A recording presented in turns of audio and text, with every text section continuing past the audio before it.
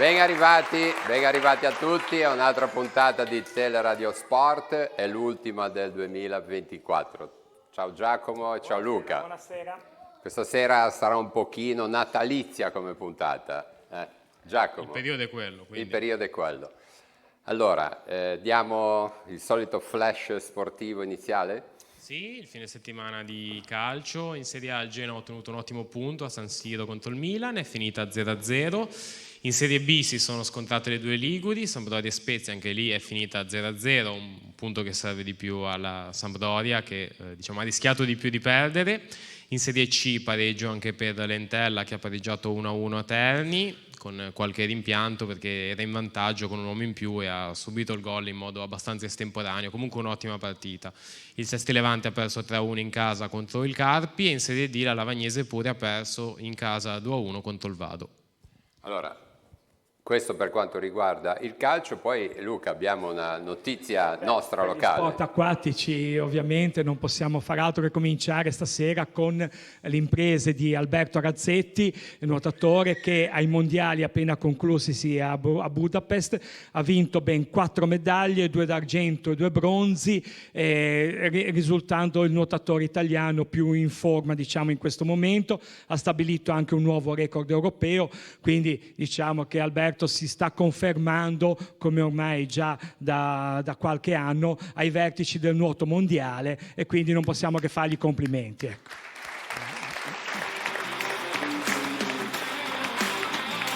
Bene, allora, visto che è una puntata ricca di spunti, di notizie sportive, non solo, andrei subito a ognuno dei nostri posti, andiamo a presentare gli ospiti e che ospiti che abbiamo questa sera, ad iniziare da Edoardo Stocchino, che è allenatore prima squadra Genova Nuoto, sezione di Sesti Levante, e nonché un grande campione di nuoto qua con noi. Un applauso a Edoardo. Vicino vediamo un altro personaggio sportivo locale, veramente numero uno, ex arbitro internazionale, Andrea De Marco. Buonasera a tutti. E poi abbiamo la famiglia del Villaggio Calcio, con tanti rappresentanti di giocatori, allenatori. Qua con noi, così per iniziare la chiacchierata, Marco Garbarino che è direttore sportivo, Edoardo Arzeno, allenatore dei Piccoli Amici, consiglio direttivo, e Daniele Bertani, difensore del Villaggio. Vediamo di finire anche coi colori questa sera rosso-bianchi del Villaggio. Sì, qui in platea abbiamo una folta rappresentanza del Villaggio Calcio, dalla prima squadra alla Juniores, passando poi per i Pulcini e i Piccoli Amici, ossia dal 2017 al 2020, e qui invece abbiamo il coro Mani Bianche, Chiavari e Liguria. Benissimo, per così salutare il coro Mani Bianche abbiamo la direttrice Tita Arpe Antonella, ci siamo già visti l'anno scorso, viene un po' più da queste parti, e questa sera di nuovo con piacere ci porti un po' di note lieti in attesa di Natale. Grazie sicuramente a voi che avete rinnovato anche quest'anno l'invito del coro, e in una trasmissione sportiva un po' di musica comunque non guasta mai, anche perché poi il coro ha un messaggio molto importante da portare ed è importante per noi esserci, è importante farci conoscere e allietare anche con la musica, non solo per i valori importanti, dei messaggi importanti che vuole lanciare questo coro, poi magari se mi darai occasione lo diremo. Allora io farei così, Tita, farei subito un canto, così vi fate conoscere, già magari molto conosciuti, ma chi magari vi piace sarà contento di riascoltarvi, e per chi magari nell'ambiente anche sportivo non vi conosce ancora. Allora ti lascerei la direzione del coro. Perfetto. Ti fermi qua, vedi tu. Presentiamo, basta il titolo, la canzone è 8:20 con la voce bellissima di Tosca, il coro Mani Bianche, Chiavari, Liguria. Grazie.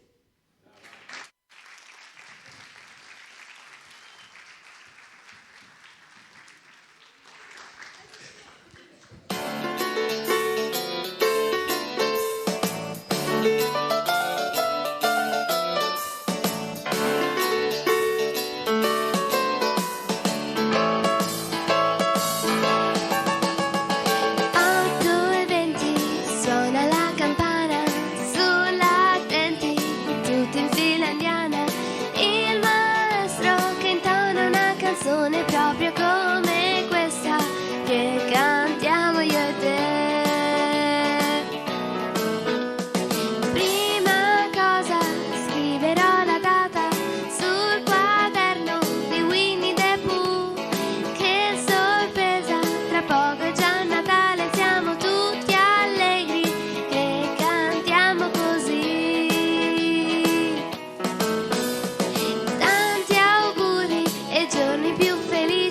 ai genitori e a tutti i miei amici, ai miei nonni e anche ai bidelli, giorni allegri e belli.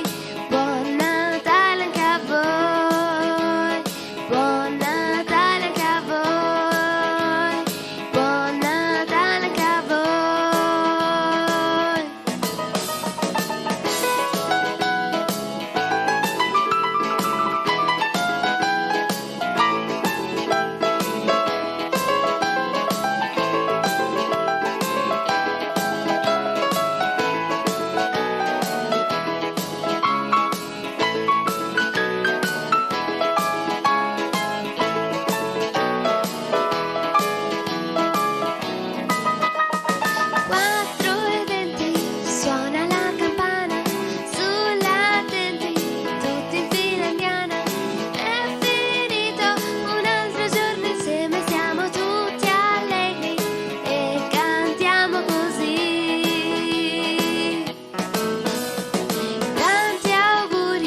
Giorni più felici ai genitori e a tutti i miei amici, ai miei nonni e anche ai bidelli, giorni allegri e belli.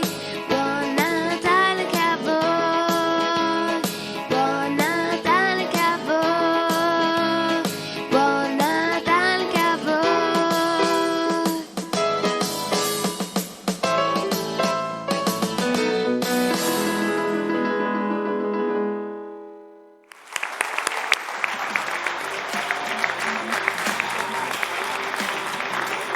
Benissimo, grazie. Ecco, sono previsti 3 pezzi, questo è stato di introduzione, molto bene. Facciamo un giro rapido così di conoscenza, andrei con Andrea. Andrea, ti eri mai trovato in una trasmissione sportiva con questo inizio? Con questo inizio mai, un bellissimo inizio, bello carico, bravissimi questi ragazzi, veramente, veramente bravi, anche l'insegnante devo dire che è stata brava a mettere insieme un bel gruppo.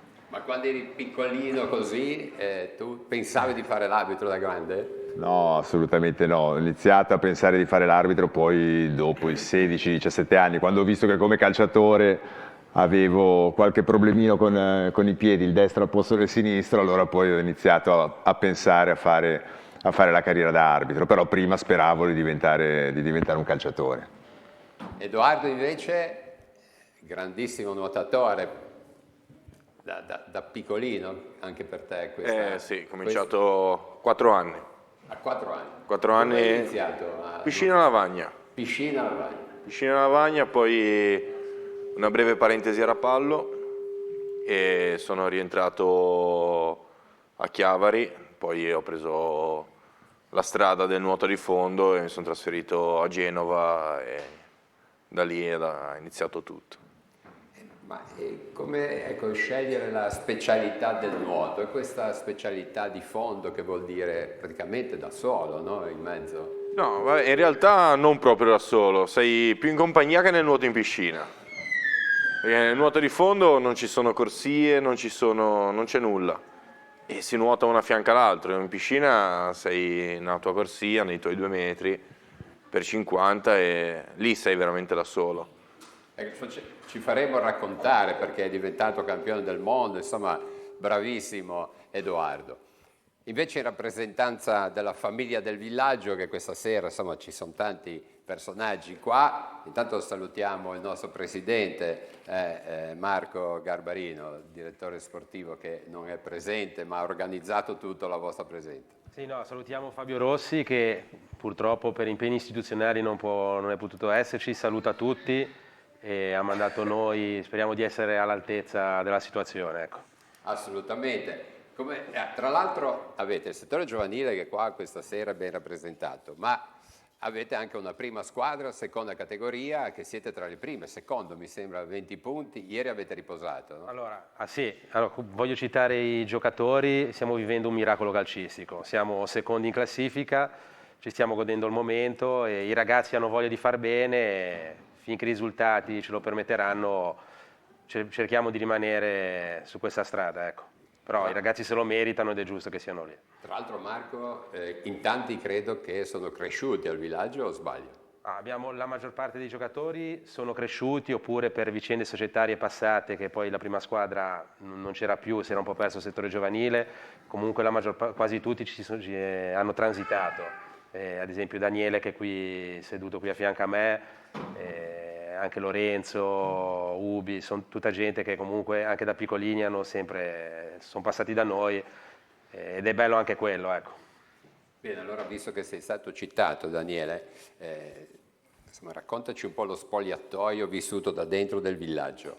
E sarà euforico perché Sì. aspettavate una stagione così. Ma a dire la verità no, però nel senso tutto è iniziato quest'estate con un bellissimo ritiro a Giaiette dove abbiamo trascorso 2 giorni insieme intensi e lì si è cementato un bel gruppo tra più giovani e meno giovani e da lì poi è iniziata, tra virgolette, la cavalcata. Allora è iniziato tutto lì, mi sembra. È iniziato tutto lì, esatto. Ecco, questa foto dalla regia viene Quella proprio foto, sì, precisa. abbiamo- Dove siete lì? A Giaiette, cioè scusami, lì è Santa Maria del Taro.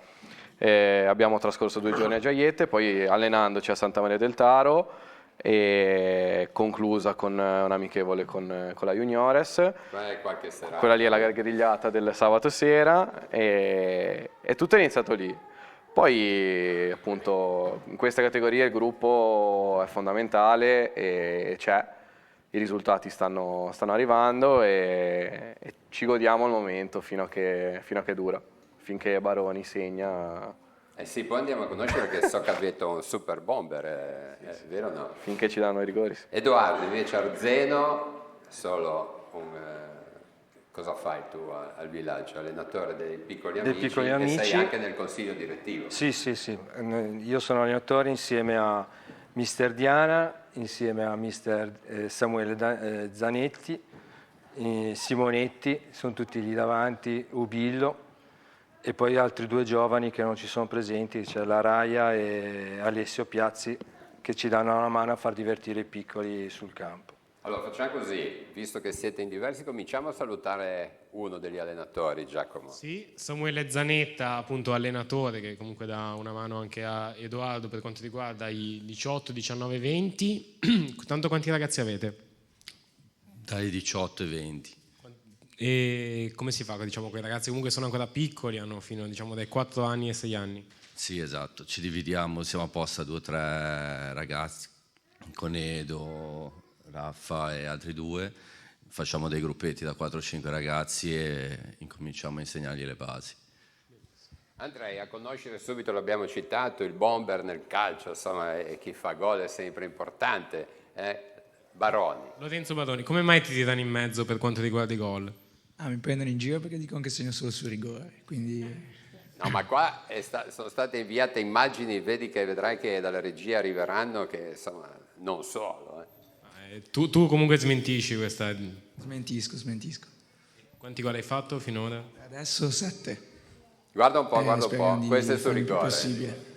Questo è sul rigore, dobbiamo ammettere che è un rigore, vabbè. Poi vediamo se ne vediamo anche un altro. Intanto... Forte centrale, generalmente non si sbaglia. Sempre gol. Ma fin da piccolino eri così nelle giovanili, un bomber? No, è il primo anno che segno. Guarda un po', con questo continuità. è un altro tuo? Sempre rigore. Sì. Grazie. Ecco, I rigori sono più facili da filmare. è un altro sai rigore che... questo? Sì. Vabbè, comunque i rigori bisogna anche... Sì, bisogna segnarli. Certo. Vediamo se c'è un gol di rigore, se no hanno ragione. No, ci sono. Su 7 solamente 3 su rigore, però non li ha messi i video dei gol non su rigore. No, vedrai che dalla regia arriva, poi non solo tu avrai segnato al villaggio, no? No, anche il mio partner d'attacco. Questo? Questo non sono io. Non sei tu, chi è? È qua presente? No, non c'è. Non c'è. Ma tu eri in campo, sì? Sì, ho fatto l'assist. Va bene. Dai, poi ritorniamo, Lorenzo. Luca, vuoi fare un flash? C'è questa notizia per la pallanuoto, che Chiavari è da solo in testa. In A2 Chiavari è da solo in testa, 18 punti, punteggio pieno. sta facendo quello che si pensava alla vigilia. Ecco, era una squadra costruita per non solo conquistare i playoff, ma probabilmente anche qualcosa di più, e quindi sta facendo quello che deve fare, ecco, nel senso che è una squadra con giocatori di grossa esperienza, tanti giocatori di grossa esperienza che vengono dalla 1, quindi con un bagaglio tecnico superiore a quello del campionato di A2, con alcuni giovani che stanno crescendo molto bene. L'abbiamo avuti uno appunto proprio la volta scorsa, stanno crescendo molto bene con questi giocatori d'esperienza che insegnano, fanno un po', non dico da allenatori, però insegnano anche ai più giovani come veramente si può giocare al meglio nella pallanuoto. Ecco, quindi un Chiavari che, come dicevo, sta facendo quello che doveva fare dall'inizio. Ecco, in alcune partite ha vinto all'ultimo tempo, quindi partite magari incerte fino alla fine, mentre invece nell'ultima ha vinto 11-5 contro la Metanopoli senza nessun problema. Ecco. Adesso, bene, allora un applauso al Chiavari. Il campionato si ferma e riprenderà poi l'11 gennaio. Ecco, basta. Volevo fare un applauso al Chiavari, primo in classifica. Allora, adesso Luca, ci aiutiamo, abbiamo due campionissimi qua, sia Andrea che Edoardo, ci palleggiamo un pochino ad andare nella loro carriera e ancora. Intanto Andrea mi viene a dire adesso cosa fa nella vita un arbitro come te? Ora faccio l'opinionista a Mediaset per quanto riguarda la Coppa Italia e la Supercoppa, perché l'anno scorso avevamo anche i diritti della Champions e quest'anno no, e poi faccio il commerciale per una ditta, per la Perfetti, per una grossa ditta qua nella zona comunque. Quindi mi spazio fra queste cose, fra queste due cose. Che sia anche bello che continui sempre a parlare di calcio e essere interessato. Sì, continuo sempre a parlare di calcio, quindi ogni domenica, anche ieri ero su XXL Italia 1 a fare i commenti nella trasmissione per gli episodi che sono verificati il sabato, quindi anche alla domenica poi faccio degli interventi, però li faccio direttamente da casa, è anche più comodo, non devo andare a Milano. Io volevo fare una domanda a Andrea, già che è qui. Ecco, tu che hai arbitrato a livello internazionale, hai arbitrato anche in Italia alcuni migliori giocatori del mondo, ecco. Che rapporto c'era? Ne abbiamo un saluto, Messi, che rapporto c'era con questi giocatori? Ecco, è difficile rapportarsi con Messi? Ma magari... No? Ma è più facile che con certi altri giocatori, con i campioni è difficile poi avere grossi problemi, perché con il loro talento anche in campo difficilmente si lasciavano andare in proteste di un certo tipo. Era magari più difficile altri giocatori, quelli che magari dovevano compensare un po' il lato, il lato tecnico, esatto. Il lato magari tecnico lo compensavano con magari qualche protesta di troppo, però poi alla fine sono tutti dei professionisti e poi è chiaro, in base anche al tipo di partita venivano fuori dei comportamenti magari eccessivi da parte dei calciatori in caso di proteste. Edoardo, andiamo, ci palleggiamo. Edoardo, vabbè, lo sai. No, lui invece è rimasto nell'ambiente lo stesso, perché da nuotatore. Ecco, vediamo qualche immagine anche di Edoardo quando nuotava. Ricordiamo che Edoardo è stato per 2 anni campione del mondo delle lunghe distanze. Le lunghe distanze prevedono un nuoto, come diceva lui, in acque libere, ma a volte anche in fiumi, quindi anche in situazioni ambientali non sempre semplici. Ecco. Beh sì, una delle caratteristiche del nuoto di fondo è l'essere un po' influenzato dalle condizioni esterne, che sono quelle ambientali. Noi nuotavamo in mare, fiume e lago indipendentemente. Tutto quello che è acqua libera ci facevano nuotare. È un po' anche il bello del nuoto di fondo, che lo rende a volte imprevedibile e aggiunge un po' di pepe a queste distanze che agli occhi di qualcheduno possono essere noiose. Ecco, scusa un attimo, perché visto che tu hai nuotato nei fiumi, visto che alle Olimpiadi hanno nuotato nella Senna con molte polemiche, ecco, volevo dire, tu cosa ne pensi, ecco, di questa decisione, visto che tu nei fiumi ci hai nuotato, ecco, ma con le correnti, con l'acqua che scorre, che quindi con le difficoltà che può comportare, ecco, questo tipo di nuoto? Beh, indipendentemente, nuotare nella Senna potrebbe non essere una delle cose più piacevoli, però c'è l'altro aspetto. Sei nella Senna, sei in centro a Parigi e nuoti in un posto fatato sotto certi punti di vista. Esatto, sei in Olimpiade, sei sotto la Torre Eiffel. Importante del mondo. Quindi le polemiche da un certo punto di vista ci stavano, ma dall'altro, insomma, era un po' un modo per attirare i riflettori sulla distanza. Ecco Andrea, ritornando quando hai iniziato, no? Man mano quali sono state tutte le trafile? Hai iniziato nel comitato qua locale di Chiavari? Il comitato di Chiavari, ho fatto un sacco di partite anche del villaggio, una volta facevano anche un torneo bellissimo. Adesso giocate sempre nel campo dentro al villaggio, no? In quello fuori, quello nuovo, infatti. Io ho arbitrato in quello lì, in terra battuta, negli anni 90, primi anni 90, fino a livello locale fino al 93-94, quindi ho fatto un sacco di partite lì, che poi sono quelle di cui ti rimangono anche i ricordi più belli, perché a parte l'età, eri giovane, quindi all'inizio della carriera, e quindi sicuramente all'inizio poi di tutto, sicuramente non avrei mai pensato di arrivare poi dove sono arrivato, ma comunque la passione per il calcio mi ha fatto iniziare appunto senza sapere dove sarei arrivato, proprio per la passione di essere in campo e non soltanto visto che non potevo fare il calciatore, ho detto proviamo a toglierci qualche soddisfazione magari come arbitro. Ecco, E quindi ricordi la prima partita che hai arbitrato? la prima partita sì, era a 200 metri da casa mia, Sestri Calvarese. Sestri Calvarese, ho fischiato l'inizio, la fine, un rigore e basta, penso, praticamente, perché comunque l'emozione della partita era un po' in stato confusionale, perché comunque non era facile. Un conto è imparare il regolamento, così studiare il regolamento, e poi un conto è metterlo in pratica in campo. Magari qualcuno di voi avrà anche provato ad arbitrare qualche partita e si sarà reso conto, soprattutto le prime volte, delle difficoltà che ci possono essere nel fischiare. Quella è una partita di esordienti, quindi alla fine è filato tutto liscio, non ci sono stati problemi, però sicuramente da lì poi è stato sicuramente un miglioramento da quella partita. Ecco, in questo credo, no, che sia molto importante anche il ruolo dei dirigenti, insomma, l'atteggiamento dei giocatori, perché anche voi anche l'arbitro fa un percorso. Adesso ci sei tu come calcio, ma in tutti gli sport, voglio dire. Anche perché poi senza gli arbitri non possiamo giocare. No? No, sicuramente si sente, anche ultimamente c'è stato in Lazio, hanno protestato, hanno fatto una domenica senza calcio per la violenza sugli arbitri. Purtroppo ora noi vediamo soltanto magari la Champions League, la Serie A, la Serie B, dove c'è il VAR, c'è la tecnologia, gli arbitri sono praticamente dei semiprofessionisti, quindi è una cosa. A livello dilettantistico, anche gli arbitri che arbitrano le categorie, soprattutto quelle minori, sono arbitri come i calciatori che iniziano la loro carriera, quindi bisogna dargli anche la possibilità di sbagliare e di commettere errori, perché nessuno nasce, come diceva una volta quel famoso, imparati, non si nasce, purtroppo non è facile neanche per gli arbitri, quindi se si comincia già nelle categorie inferiori, a volte mi capita di andare a vedere dei giovani colleghi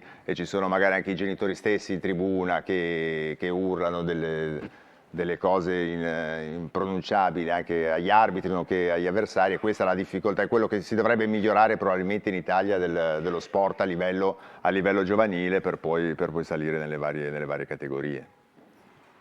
Invece Edoardo, nella nuova veste di allenatore della prima squadra di Genova Sport, sezione di Sestri Levante, come ti trovi, come vai in piscina con i ragazzi? Beh, è stato un salto molto, molto veloce. Sono uscito dall'acqua e dopo un mese ho iniziato ad allenare. Ho finito la stagione nel 2023, l'anno scorso poi è iniziata questa nuova avventura. È stimolante, è divertente e io sinceramente in acqua avevo più poco da dire come atleta, però non potevo abbandonare il mondo del nuoto, che è stato la mia vita e lo è tuttora. Quindi si è presentata questa occasione a Sestri Levante e non me la sono fatta scappare. È una visione diversa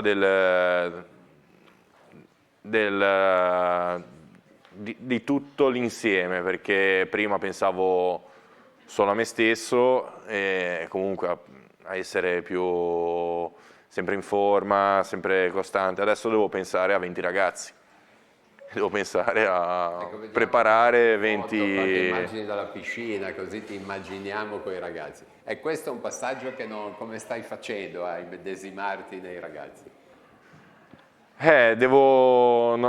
Questa è una delle cose più difficili, perché bene o male delle tabelle in un modo o nell'altro riescono tutti a tirarle giù più o meno giuste.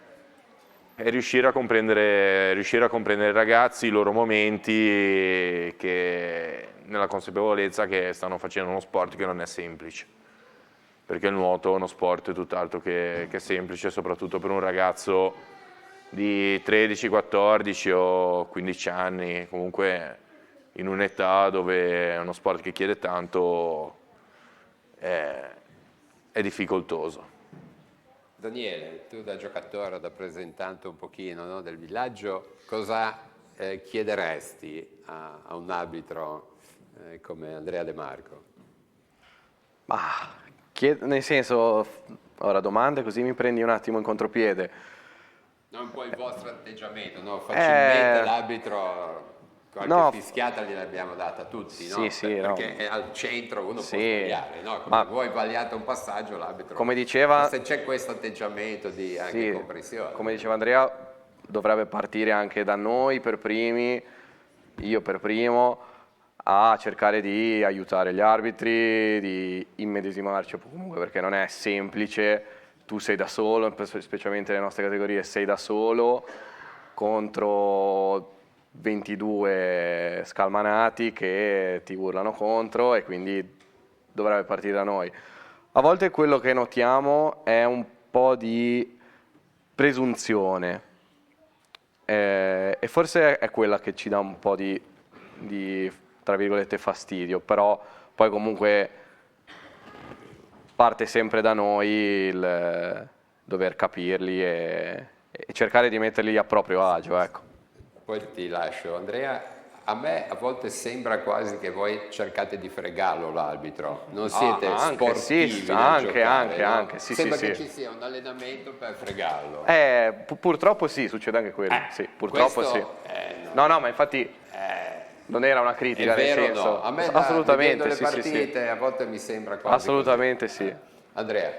Vabbè, sicuramente poi caratterialmente gli arbitri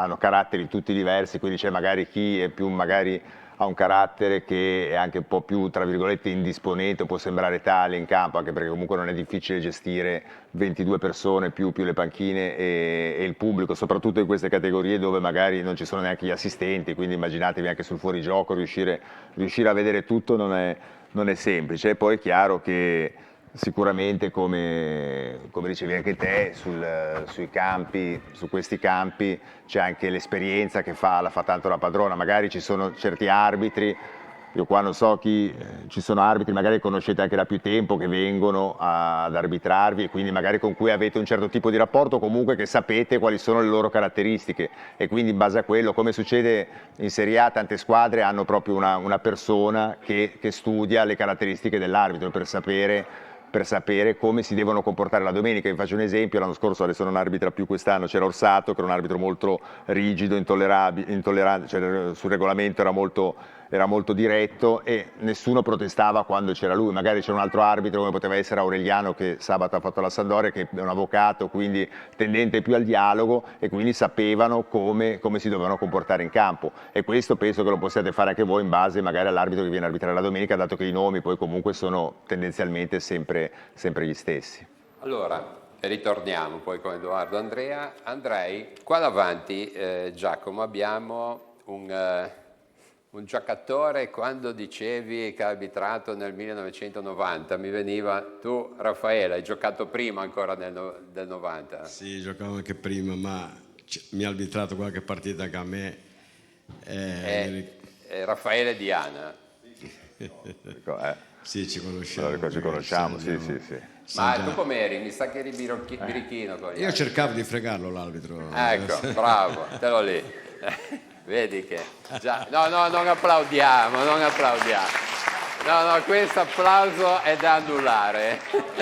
Non si può. Sai, mi buttavo qualche volta. Per la sincerità, però non va bene. Mi buttavo un po' di più qualche volta. Raffaele, volevo con te ricordare un tuo compagno di squadra che ci ha lasciato, che è da poco, Virgilio Sandrini. Sì. Che, ecco, questo sì.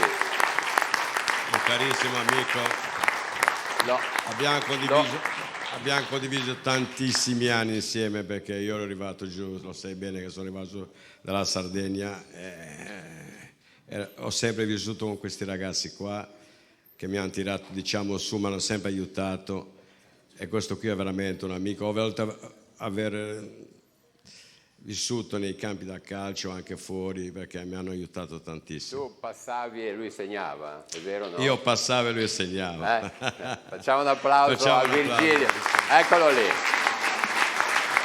Grande regia, perché non era in programma, perché non lo sapevamo. Bene, allora io farei un giro così coinvolgiamo un po' sì, la platea. Dai, abbiamo qua vicino, lì vicino proprio a te, abbiamo un atleta, non è un atleta, è Riccardo Collegiani, che si interessa di pallanuoto, anzi fa la telecronaca per la squadra di Lavagna. Poche parole. Anche atleta. Negli juniors della Lavagna. Allora, un flash, Riccardo, sia come atleta e sia come telecronista della pallanuoto. Sì, intanto buonasera a tutti. Fare il telecronista è divertente, ma anche l'atleta a Lavagna. E devo ringraziare la società perché mi ha dato fiducia nel cominciare questa esperienza, appunto, nel guardare la partita dagli spalti, e anche Luca che con i suoi consigli e l'aiuto che mi dà ogni partita riusciamo a fare sempre un buon lavoro. E sì, sono nell'Under 18 quota, per la classe 2006 possono giocare al massimo 3 fuori quota, e siamo un bel gruppo compatto, quindi diciamo che la mia seconda famiglia è Lavagna. Un flash, così non lo facciamo dire a Luca, come vedi quest'anno il Lavagna 90? Lavagna 90 è un'ottima squadra secondo me, con buoni innesti, come Gandini e Tabbiani, giocatori di esperienza, e tanti giovani che fino ad oggi hanno giocato sempre bene, e facendo anche tanti gol, assist, quindi un buon mix che sicuramente è valido. Bene, allora un applauso a Riccardo.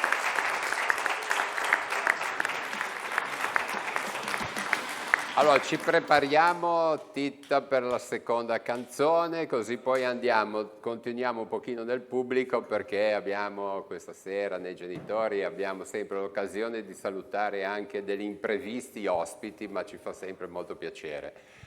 Allora, vediamo un po', mi sposto da queste parti, ecco.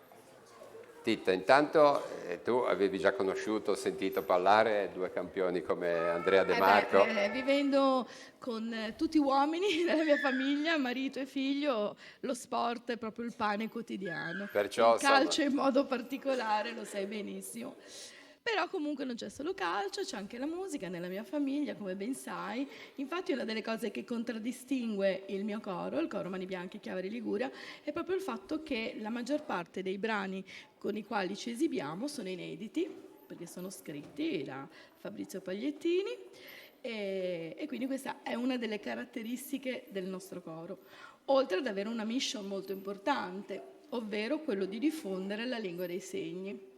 Mi piacerebbe però che magari anche i bimbi potessero dire che cosa rappresenta per loro il coro, perché ovviamente per me ha degli obiettivi, che come abbiamo detto è proprio diffondere la lingua dei segni, diffondere anche una modalità diversa di comunicare, perché comunque è importante che i ragazzi possano capire da subito, perché saranno gli uomini del domani, che esistono diverse modalità per comunicare, e la musica, che comunque è libertà di espressione, deve essere così, ognuno può scegliere di esprimerla come vuole. Allora direi così, poi facciamo, se avete due sì, bambini e bambine, che andiamo a sentirli, dai. E ti chiedo come mai hai iniziato a far parte del coro Mani Bianche, come mai ne fai parte, cosa fai? Allora, Ho iniziato il coro Mani Bianche perché la mia zia mi ha detto che c'era questo coro e mi interessava molto. Poi sono venuta e mi è piaciuto, quindi ho continuato. Non so. E Vittoria Castelli, invece ti chiedo quanto studiate le coreografie, è difficile impararle, come... Dai, un pochino così è facile. Comunque immagino che essendo poi tutti insieme, anche con l'aiuto dell'insegnante, comunque poi sia facile, sia anche bello e divertente farlo insieme. Sì. Dai, un bel applauso ai ragazzini.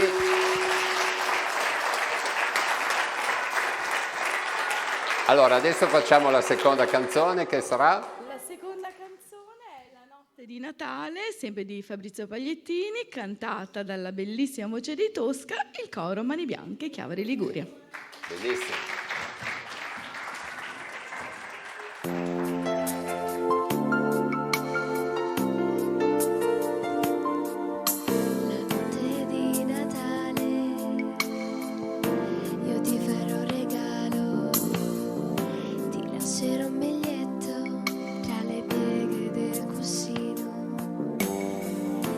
Ciao mamma, come stai? Sei sempre molto stanca. La luce che mi dai colora i giorni miei. Vorrei già essere grande, portarti fuori a cena. Puoi regalarti un fiore, darti un bacio appena. Ma un bacio così grande che ti rimanga impresso per tutte quelle volte che ho sbagliato e non ci riesco a dirti scusa, scusa, scusa.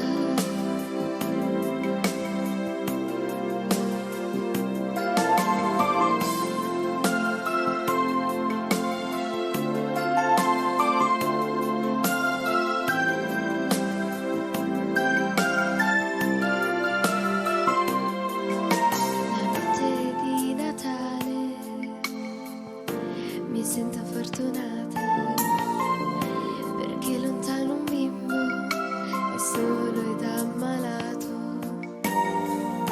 non troverà regali ma solo la tristezza. Che questa mia canzone diventi una carezza. Vorrei già essere grande, volare in aeroplano, poi stringerlo sul cuore, carezzarlo piano piano. La notte di Natale mi invento una preghiera che se la canti in coro si alza libera e leggera. Ed un amore, amore, amore.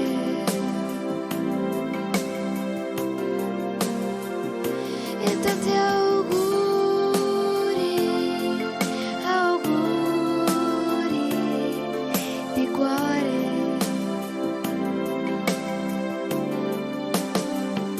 Ed un amore, amore,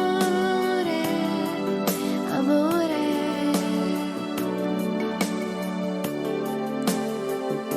E tanti auguri, auguri di cuore.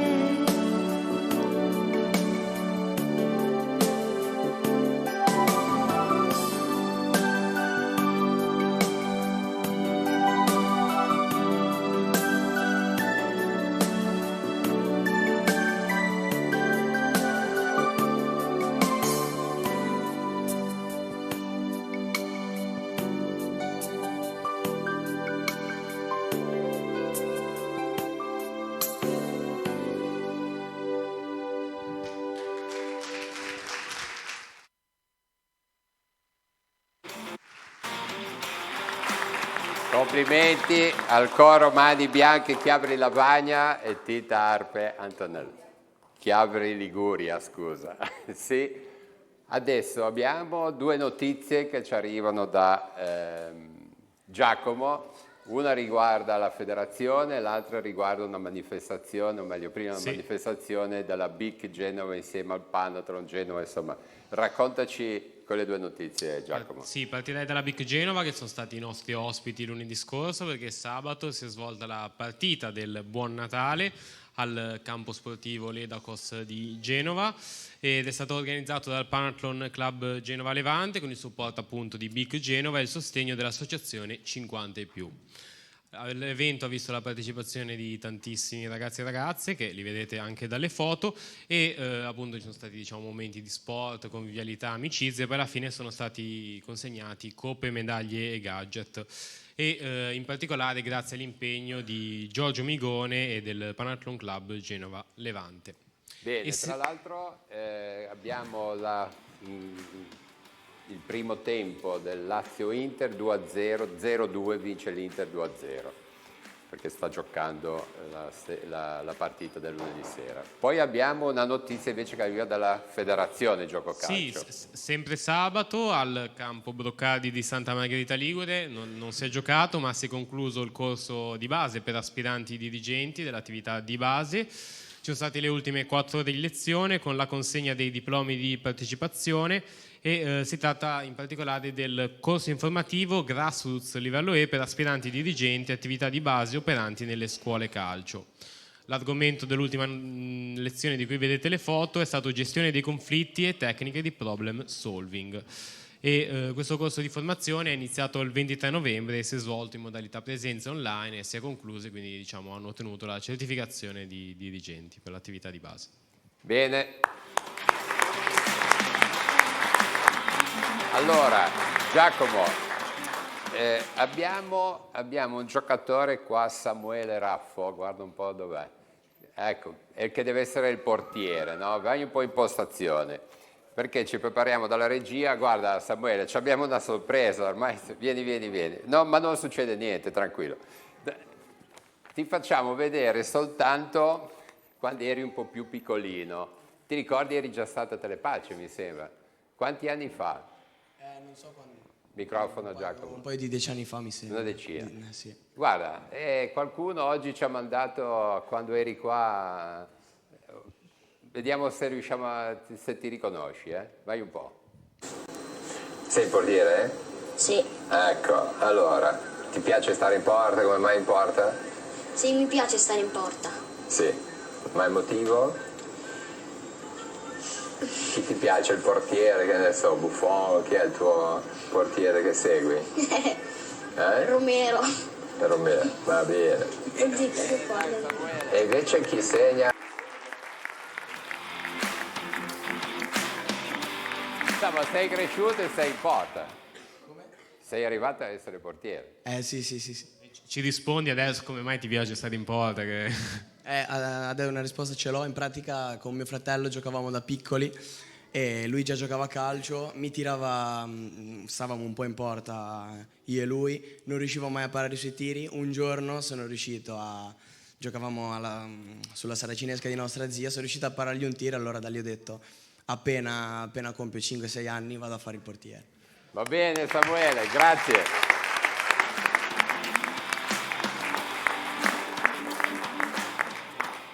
Andrea, l'altro passaggio, hai detto la prima partita avevano 15 anni, no? E invece il salto quando hai lasciato le partite del settore giovanile, la prima partita nel mondo degli adulti, com'è stato? La prima partita nel mondo degli adulti è stato un anno dopo, una terza categoria qua in Colmata, col Portofino 84, dove giocava fra gli altri Nello Scarpa, quindi era una squadra anche un po' di marpioni, tra virgolette, anche difficile. Era un panchina Portofino, mi sembra. Quella è stata la prima partita fra gli adulti, ero ancora minorenne e quindi non è stato sicuramente facile come inizio, però poi da lì è stato poi un'escalation, solo che quella è stata, me la ricordo benissimo, come fosse ieri, pioveva alla Colmata e con loro in campo è stato sicuramente un bel inizio. Ecco, poi hai sentito il grande salto nel mondo del professionismo, hai sentito che stavi andando bene, cosa è successo? A un certo punto? No, praticamente la trafila degli arbitri poi passi a livello regionale, eccellenze, promozioni, prima categoria, e poi da lì vai a fare l'eccellenza, la promozione delle altre regioni. Da lì passi in Serie D. Quando ero in Serie D, poi l'ultima partita di campionato c'era stato un girone, il girone Emiliano-Romagnolo, c'era questa partita che era uno spareggio, praticamente due squadre che erano arrivate a pari punti, fra l'altro un derby, Molese e Forlì, che lo giocavano a Lugo di Romagna, e io fui designato per quella partita, e da lì ho capito che c'erano delle possibilità poi di poter andare fra i professionisti, quindi in Serie C con questa gara. Infatti è una delle gare che mi ricordo di più della mia carriera come un trampolino di lancio, perché venne a vedere la partita il mio designatore dell'epoca, che era Maurizio Mattei, che poi ho avuto in tutte le categorie fino alla Serie A, e quindi da quella partita lì è stato il momento in cui ho capito che c'erano delle possibilità di poter arrivare in alto. Bisogna ricordare che voi avete sempre gli osservatori, no? Ogni partita, anche nelle categorie, non lo so da quando si inizia, Sì, ma diciamo comunque c'è sempre un occhio di attenzione. Nelle categorie inferiori non sempre, però dalla promozione all'eccellenza praticamente tutte le partite c'è un osservatore che ti viene a vedere, a valutare e a dare un punteggio, in base al quale poi a fine stagione si fanno delle graduatorie e i primi vengono promossi poi nella categoria superiore. Ecco, poi da lì sei andato avanti a livello internazionale.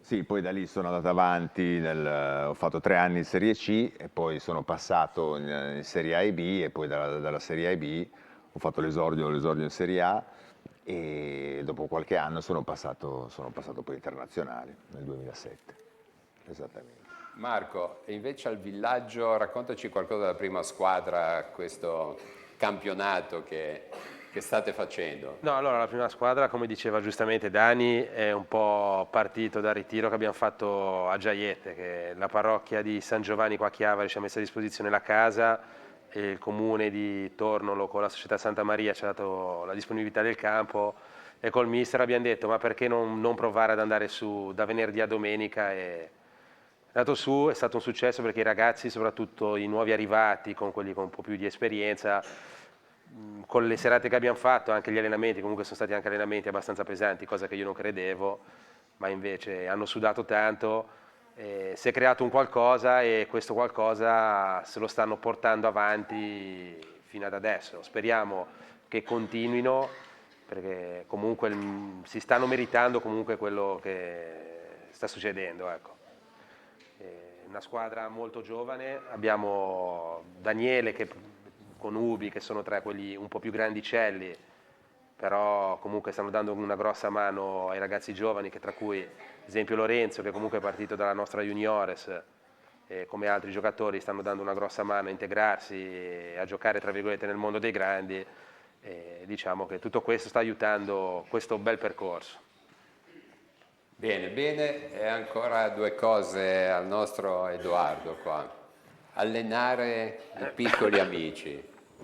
No, allenare i piccoli amici è un divertimento per noi mister, e spero anche per loro i piccoli, quindi... Per piccoli si intende che età? Guarda che bella parata. Piccoli si intende, per esempio noi alleniamo i 2018, 19 20, poi c'è Simonetti con Ubillo che allenano il 2017, diciamo che sono le 2 leve più piccole del villaggio. Iniziano a che età il villaggio? Ma più o meno. I più piccoli che abbiamo sono 3 bambini del 2020, che ce ne sono 4 anni. Ma cosa fate fare a un bambino? Ma vi facciamo divertire col pallone, con un po' di coordinazione, sì. Soprattutto col pallone, un po' di coordinazione, poi fargli divertire. Invece Edoardo, questi ragazzi calleni, poi la prospettiva è che appunto facciano le gare e vadano avanti. Noi comunque insieme a Paolo Noziglia e tutto lo staff di Sesti Levante, dall'anno scorso abbiamo messo in piedi un progetto che è insegnare, diciamo, un nuoto di qualità e formare degli atleti a tutto tondo. Essere atleti non vuol dire solo andare forte, ma avere tutti quei valori che ci sono nello sport, e piano piano stiamo, anche se abbiamo iniziato da relativamente poco, stiamo già tirando fuori i nostri risultati. Non è una cosa semplice. Che anche il ramo Sesti Levante, giusto? Genova Nuoto. Esattamente, siamo sotto il Genova Nuoto, MySport, però abbiamo la gestione della squadra piena, e noi ci incontriamo a fare le gare con i nostri compagni di Genova, però la conduzione è nostra. E abbiamo messo in campo quest'idea, comunque dare importanza fondamentalmente a quello che sta intorno e poi successivamente al semplice risultato. Ecco, adesso stacchiamo un attimo, andiamo nelle mamme e nei papà, ma abbiamo una mamma e un papà, insomma, che fanno anche l'amministratore comunale, Silvia Stenig di Chiavari, e facciamo un applauso, e vediamo con lo sport a fare la mamma, in questo caso la mamma di una corista, no? Però vabbè, chiamiamolo sport e musica, comunque sei coinvolta. Sì, questa sera sono in veste di mamma, sono orgogliosissima che mia figlia faccia parte del coro Mani Bianche Chiavari Liguria, proprio perché il grande messaggio che questo coro porta in giro sul nostro territorio, inteso come Chiavari, ma anche oltre i confini della città. E quindi davvero un motivo di orgoglio. Io stessa ho studiato la lingua dei segni, nel tempo ho ottenuto il 3° livello con una tesina sulle varie forme di comunicazione per le persone sorde, cieche e sordocieche, e quindi è molto bello che la mia bambina abbia chiesto di iniziare a fare questo percorso, all'inizio per gioco, fino ad arrivare qui con il coro. Benissimo. Abbiamo anche Oriano Castelli, consigliere del comune di Cogorno, da papà. Vogliamo sentire 2 parole dal papà. Ma io più che sono assolutamente fiero che le mie figlie in qualche modo si prodigano nella musica e in questo linguaggio che è essenziale al giorno d'oggi.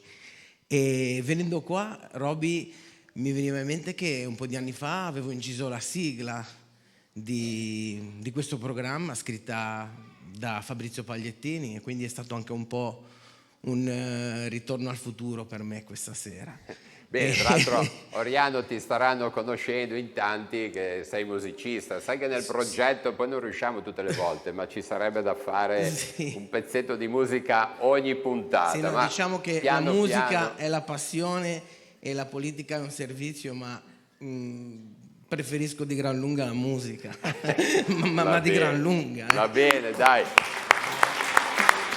Allora, facciamo gli auguri e i saluti a tutti i papà e le mamme. In questo caso ci hanno dato anche spunto per salutare tutti gli amministratori che con fatica ogni giorno nei nostri comuni, nelle nostre città metropolitane, nella regione portano avanti, che non è mai facile.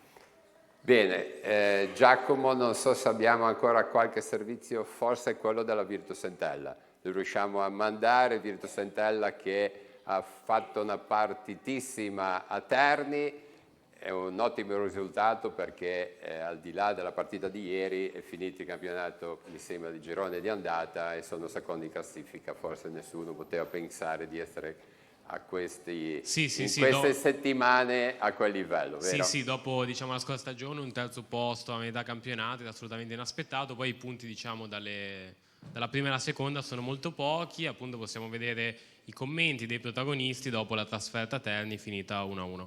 Benissimo.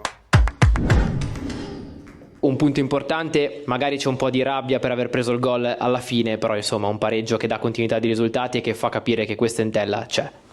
Sì, quello sicuramente, noi ci siamo siamo una buonissima squadra, peccato perché aver preso gol a 5 minuti dalla fine così c'è tanto rammarico per me almeno.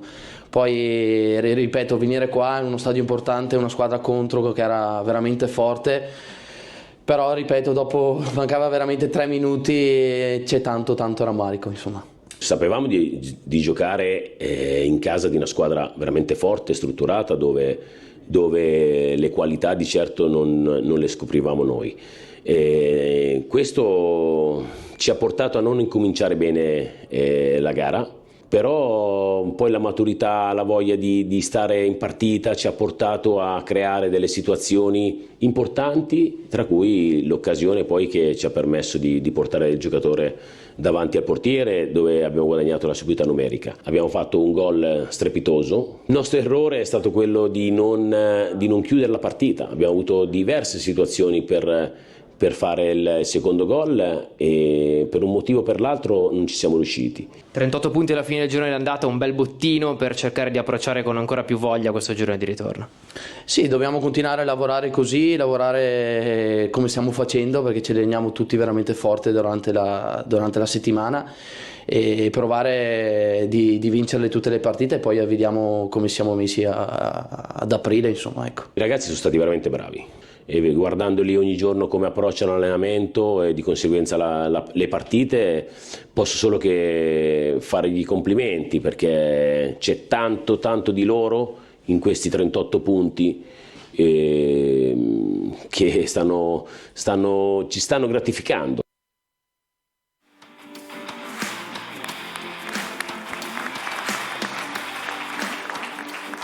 Allora, siamo quasi in chiusura, però abbiamo ancora tante belle notizie e soprattutto anche tante belle cose ancora da vedere. Giacomo è in mezzo a una squadra biancorossa, vogliamo sentire una parola dell'Under 19 che credo che siano prime in classifica, stanno andando molto bene. A te la parola. Sì, qui siamo con appunto 3 rappresentanti della Juniores del Villaggio Calcio. Daniele Struzzo, come sta andando? Primi in classifica, come sta andando questa stagione? Per ora bene, stiamo facendo bene, l'obiettivo è di rimanere lì prima in classifica e finire il campionato così. Stagione un po' caratterizzata dagli infortuni, in particolare capitano, io stesso e qualche nuovo acquisto che tra clavicole, ginocchia e vari infortuni siamo un po' caratterizzati da quello, ma comunque ci siamo un gran numero in rosa, quindi riguardatevi per la seconda metà. Quindi. Esatto. Benissimo, grazie.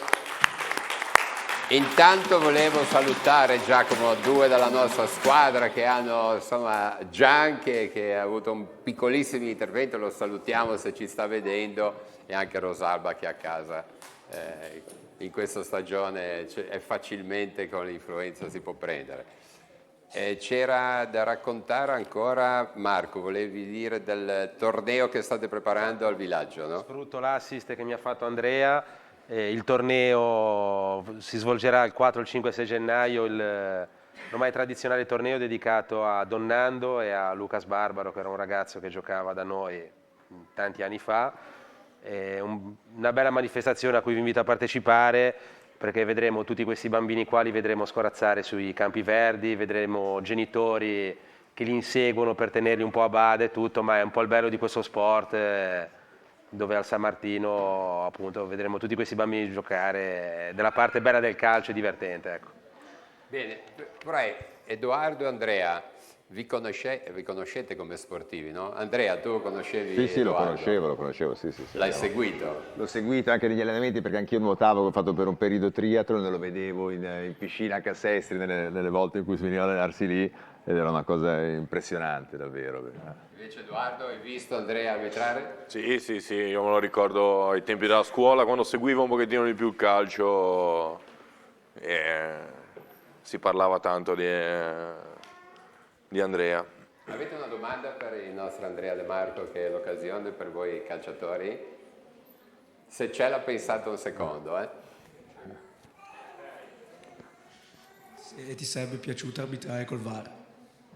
Sì, mi avrebbe aiutato molto, perché comunque gli errori in carriera comunque ne ho fatti, e col VAR sicuramente ne avrei evitato qualcuno che avrei fatto più bella figura, tra virgolette, perché a volte magari anche sul fuorigioco, ad esempio sul fuorigioco poi il VAR aiuta tantissimo, quindi a volte con gli assistenti, io avevo fatto una partita, quella di un Siena-Inter con un gol di Maicon in fuorigioco di 2 metri, l'assistente me l'aveva dato buono, quello della corsa di Mourinho sotto la curva, in quel caso lì ci fosse stato il VAR l'avremmo annullato e non convalidato, Ecco. per esempio.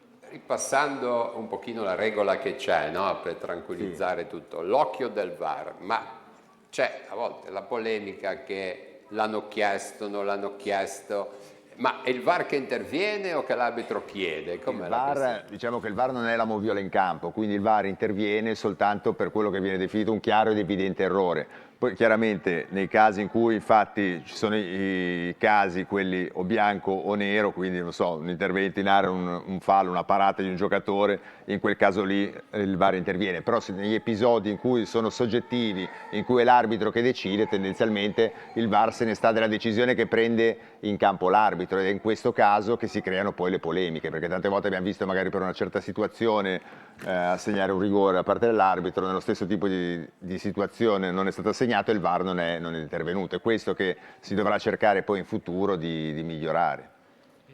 Se posso chiedere a De Marco, c'è una futura applicazione tecnologica ulteriore dopo al VAR che secondo lei è probabile, possibile, auspicabile?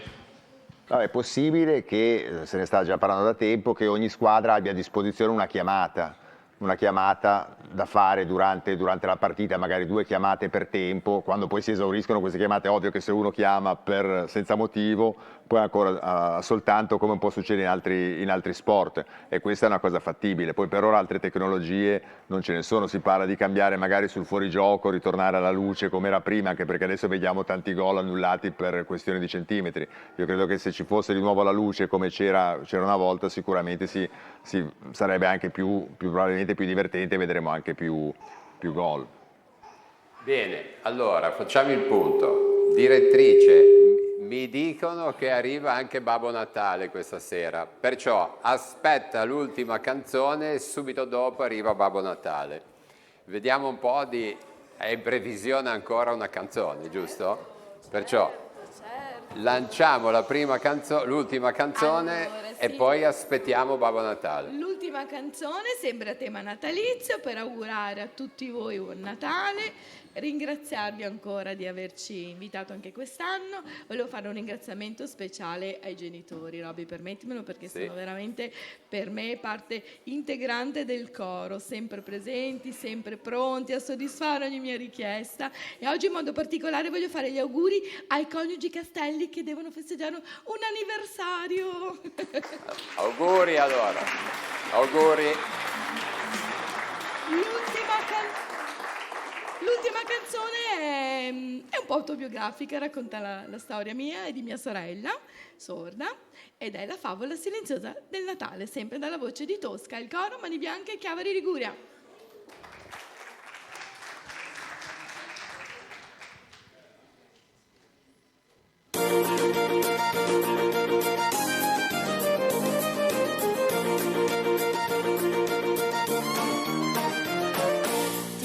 Racconterò di quando ero bambina e arrivava il giorno prima di Natale, la mia mamma che cantava lì in cucina una canzoncina che ora canto a te.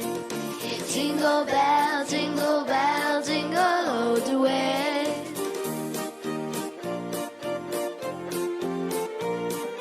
Ti racconterò di quando era Natale e io mi svegliavo con il cuore in gola e correvo nella stanza dei regali cantando una canzone che ora canto a te.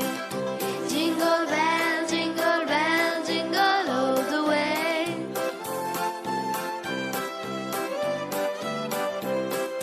Quando un giorno una bambina silenziosa mi ha insegnato che non serve la parola, che si può tradurre tutto con un segno. Segui le mie mani e se vuoi ti insegno. Questo è il invece dice siamo tutti uguali. Questo serve per tradurre pace e amore, questo è per poterti dire auguri a te.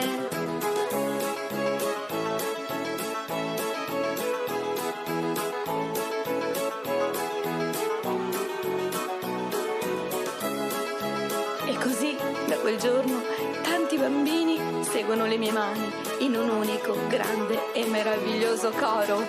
Questo è il segno della grotta e la cometa, questo è il segno che dice viene giù la neve, questo è il segno della mano che ti aiuta, questo è per poterti dire auguri a te, questo è il segno che ti dice buon Natale, questo è il segno che dice siamo tutti uguali, questo serve per tradurre pace e amore, questo è per poterti dire auguri a te.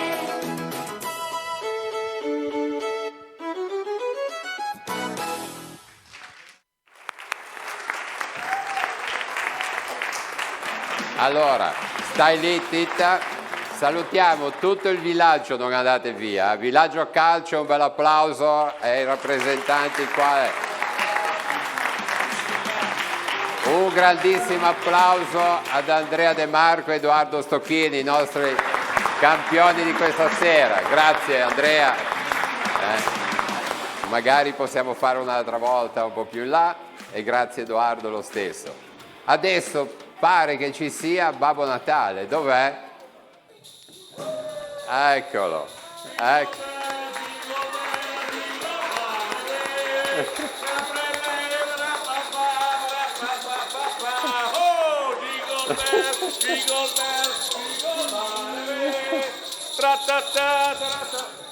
Già che c'è un consesso sportivo, Ecco, volevo dare l'annuncio che cominciano le Olimpiadi del Natale. eccoci. Ma sei del villaggio anche tu? Che sei bianco? No, c'ho il villaggio mio in Lapponia. Ho capito. Perché hai i stessi colori, hai visto? Natale, sempre Natale. Cioè, il villaggio è un po'... C'è questo scambio di colori molto interessante. Poi... Lo sai che l'Inter sta vincendo 4-0? Con la L'Inter sta Lazio? vincendo... Ti interessa a te? No, io tifo per il Lapponia. Ho capito. C'è poi il derby Lapponia-Finlandia la settimana prossima. E che campionato è quello? È il campionato freddo, perché c'è un Ho freddo capito. Poi ci sono anche le rene. Ma Comunque come ti sono dicevo, le Olimpiadi? Le Olimpiadi di Natale. Ci sono alcune nuove specialità. Eccoci. C'è il mio amico Elfo che adesso sta entrando per distribuire una certa cosa. Vi spiegherà che ci sarà il lancio del panettone. Si prende il panettone e lo si lancia alla persona più lontana che è senza panettone. Però non stasera, vi allenate a casa. Ma ce l'hai un panettone per tutti i bambini? Certo, ce l'ha il mio amico Elfo. Sono Elfo- 15, è una cinquantina. Una cinquantina, se mai li tagliamo a metà. Vabbè, ok. Sai, la Lapponia è in provincia di Genova. Oh, tu vorresti lanciare i panettoni da No, io oggi no. L'altro interessante sport che abbiamo lanciato quest'anno è l'abbraccio 4%. Cioè, nel senso, bisogna mettersi in 4, 2 maschi e 2 femmine, e bisogna fare 100 abbracci nel giro il più velocemente possibile, e si stabilisce, bisogna abbracciare tutti quelli che incontri, compagni di scuola, compagni di lavoro, familiari, parenti, amici, gente che incontri per la strada, al supermercato. Più ne abbracci, più è bello. Ti piace? Sì, mi piace, ma non, Okay, non vai, so poi cosa stai alla pensando. Alla fine ok, facciamo un abbraccio, ok. un tentativo di 4% Perché qua siamo per solo... fare... Va bene. Beh, qui non siamo 4%, ma insomma, Ok. qualcuno può valere doppio, eccetera, eccetera. Poi c'era qualche altro sport? Ah sì, il lancio dell'augurio, specialmente a chi è senza augurio, bisogna lanciargli un bel augurio di Natale. Quindi se trovate qualcuno che ha la faccia triste, che non ha l'augurio di Natale, gli fate un bel augurio di Natale. Bene, cosa dici? assolutamente allora, sì. a questo punto, il mio amico Elfo, cioè non te li vuoi mangiare tutti te, scusa. Ma lo mandi in giro a distribuirli? Gli do una mano, semmai, guarda. Dai, vai Andiamo a dare a... una mano. Benissimo.